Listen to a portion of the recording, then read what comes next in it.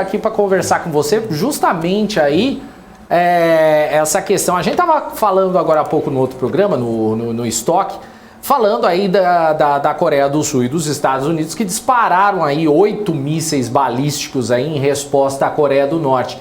E eu estava falando com um professor também da área, e ele disse justamente que essa reação dos Estados Unidos e da Coreia do Sul não foi para a Coreia do Norte, mas para a China.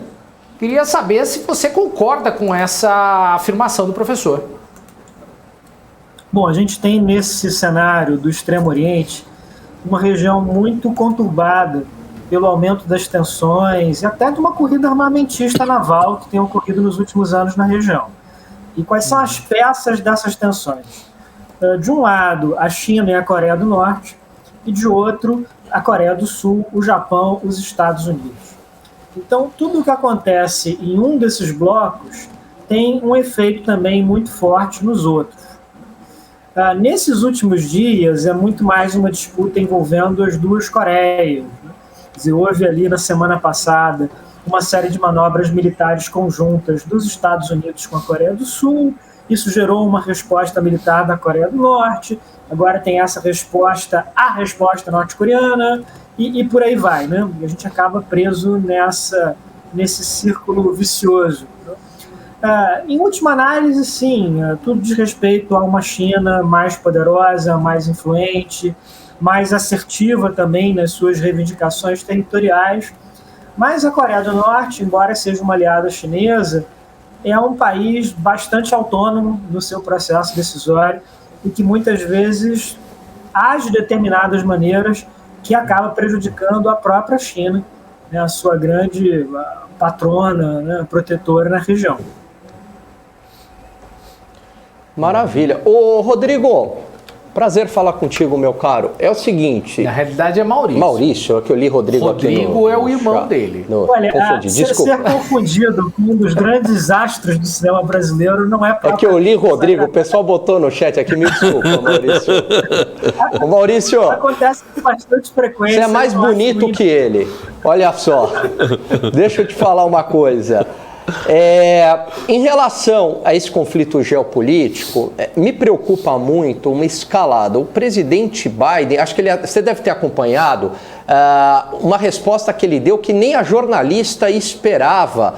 E se a China invadisse Taiwan? E ele foi taxativo, dizendo, iremos contra-atacar, né? Não teve ali um eufemismo, nada. Até depois veio a turma lá do deixa disso e apazigou.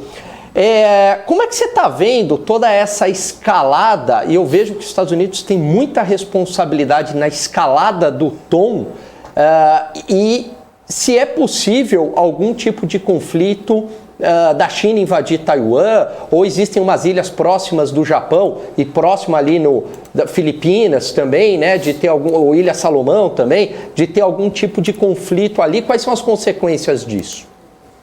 Claro. Bom, primeiro eu gostaria de pedir aos nossos espectadores um esforço de memória, né? Aqueles que gostam de filmes sobre a Segunda Guerra Mundial, tentem lembrar daqueles filmes sobre as grandes batalhas no Oceano Pacífico, as batalhas entre os Estados Unidos e os japoneses. A maior parte desses combates aconteceu em ilhas muito pequenas, que praticamente depois da guerra desapareceram do noticiário, né? A Batalha de Guadalcanal, a Batalha de Midway. Para quem gosta desses filmes de guerra, eu gosto muito, essa lembrança é muito presente, não? O que está acontecendo agora no Oceano Pacífico é alguma coisa que se parece muito com um cenário de disputas e tensões que ocorreu na década de 1930. Lá atrás, há quase 100 anos, eram conflitos entre os Estados Unidos e o Japão. Hoje em dia são conflitos entre a China de um lado e de outro os Estados Unidos, o Japão e a Austrália. E o ponto central dessa geopolítica é um conjunto de pequenas ilhas no Oceano Pacífico, no Mar do Sul da China. Né? São ilhas que, em alguns casos, estão sendo ocupadas pelos chineses. Os chineses estão construindo ali bases militares, pistas de pouso. Ou então, quando essas ilhas são países independentes, como é o caso, por exemplo, das Ilhas Salomão, os chineses estão negociando acordos de cooperação política e militar com esses governos. Então isso virou um cenário muito complicado, muito tenso. Tem sido assim pelo menos desde meados da década passada, e esses problemas estão se tornando maiores e mais agudos. E, ao mesmo tempo, nós temos um padrão que tem se repetido com o presidente Biden de declarações muito fortes por parte dele, muito acaloradas, e que, em diversos casos, não correspondem realmente ao que é a política oficial dos Estados Unidos para esses países e regiões. Ele disse isso, por exemplo, com relação à guerra na Ucrânia, de que o objetivo americano era a derrubada do governo Putin. Ele disse isso agora com relação a Taiwan, de que os Estados Unidos defenderiam Taiwan no caso de uma invasão chinesa. Ora, nenhuma dessas afirmações corresponde ao que é, de fato, a doutrina oficial dos Estados Unidos. Pode vir a ser. Se realmente estourar uma guerra entre China e Taiwan, seria muito provável que os Estados Unidos acabassem participando de uma defesa militar de Taiwan. Mas não existe uma obrigação 100% formal de tratado para que o governo americano faça isso. E esses posicionamentos do Biden têm sido também bastante questionados entre analistas da política externa americana. Assim, o que está acontecendo? Não, o Biden é um político veteraníssimo, né? Ele tem décadas de experiência no Senado americano, depois foi vice-presidente durante 8 anos. Então nós não estamos falando de alguém que é novo dentro desse jogo político. Ele é alguém que entende o peso dessas declarações. Mas o que de fato ele quer com isso é um tema em aberto, é um tema em debate.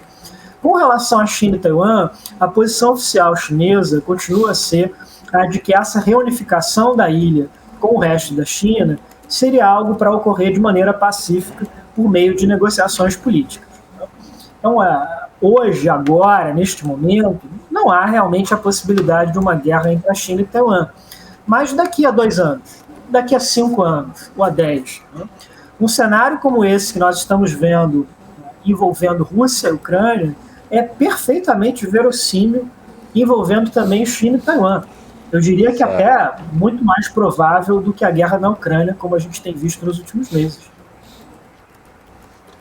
Agora, ele desculpa, Cabral, vai. Ele tá, o Biden provavelmente é porque está senil, dando esse tipo de declaração, que vai contra a orientação do Pentágono, por exemplo? Você acha que pode ser isso? Olha, eu vou ser generoso com o Biden e dizer que é um problema de adaptação, né? Ele está no cargo de presidente há 1 ano e meio, e acho que ele ainda não se adaptou a esse novo ritmo, a esse novo peso que tem as suas palavras, mas já virou um padrão bastante constrangedor de que ele vai a público, faz alguma declaração impensada dessa, e depois, nos dias posteriores, o Departamento de Estado, a Casa Branca, tem que desmentir aquilo que ele disse, corrigir. Então, claro, tudo isso gera desgastes muito grandes, gera também até essa discussão se ele está realmente no pleno gozo das suas faculdades mentais ou se ele vem tendo algum tipo de problema cognitivo. E é claro que tudo isso aumenta ainda mais a incerteza num momento já bastante complicado da política internacional e da política americana também, né? Esse é um ano de eleições legislativas nos Estados Unidos, a popularidade do presidente Biden está bastante baixa, oscilando ali entre 35% e 40%, quer dizer, é um número muito reduzido para um presidente em início de mandato, e ainda tem todo esse desgaste dessas falas muito acaloradas. Não, e é engraçado, né, porque a gente achava que era o Trump que ia dar declarações mais fortes, dando a entender isso, e quem está se mostrando assim dessa forma é o Biden.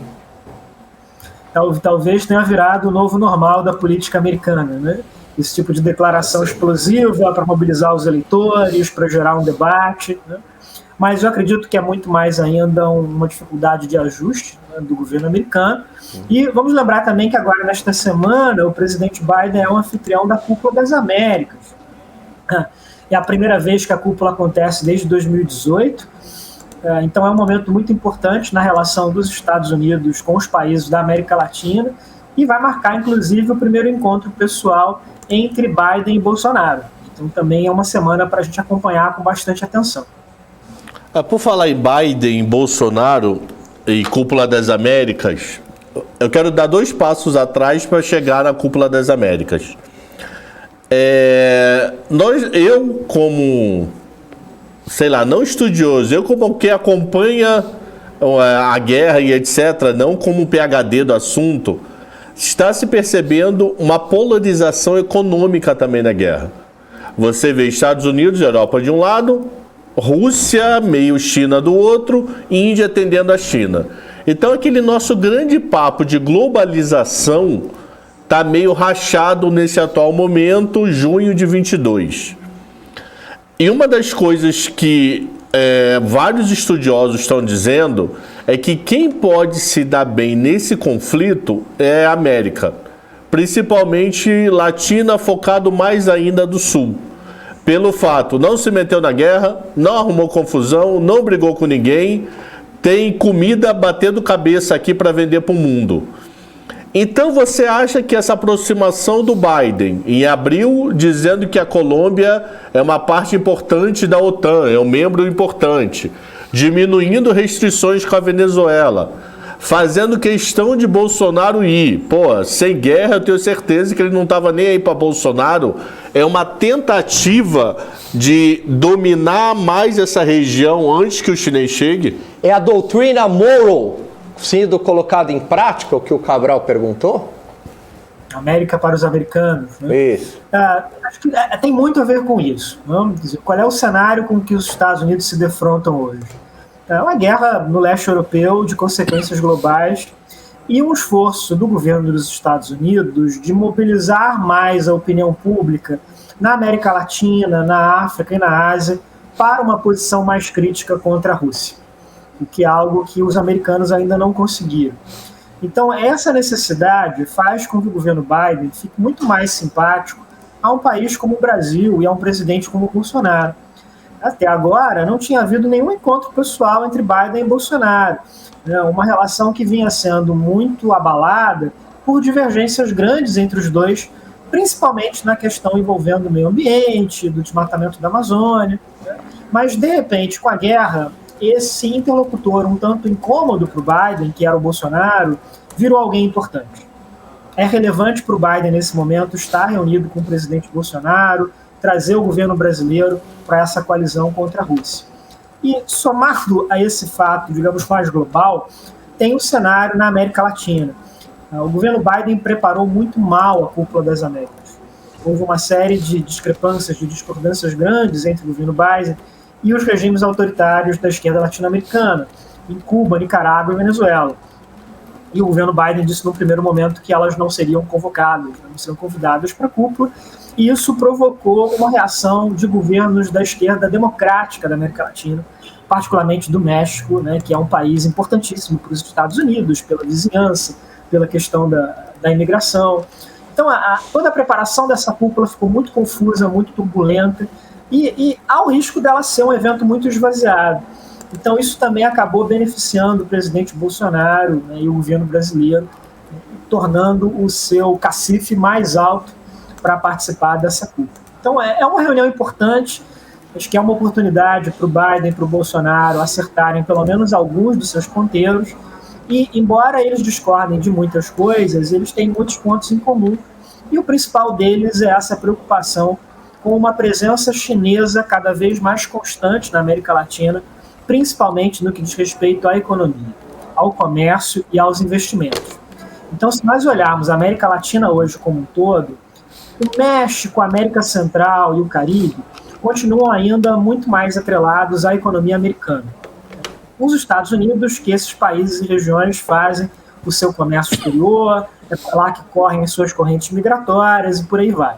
Mas se nós vamos para a América do Sul, cujos países são maiores, têm economias mais diversificadas, um comércio exterior mais plural, a China, com muita frequência, já é o maior parceiro comercial dos países sul-americanos, ou pelo menos é um parceiro mais relevante comercialmente do que os Estados Unidos.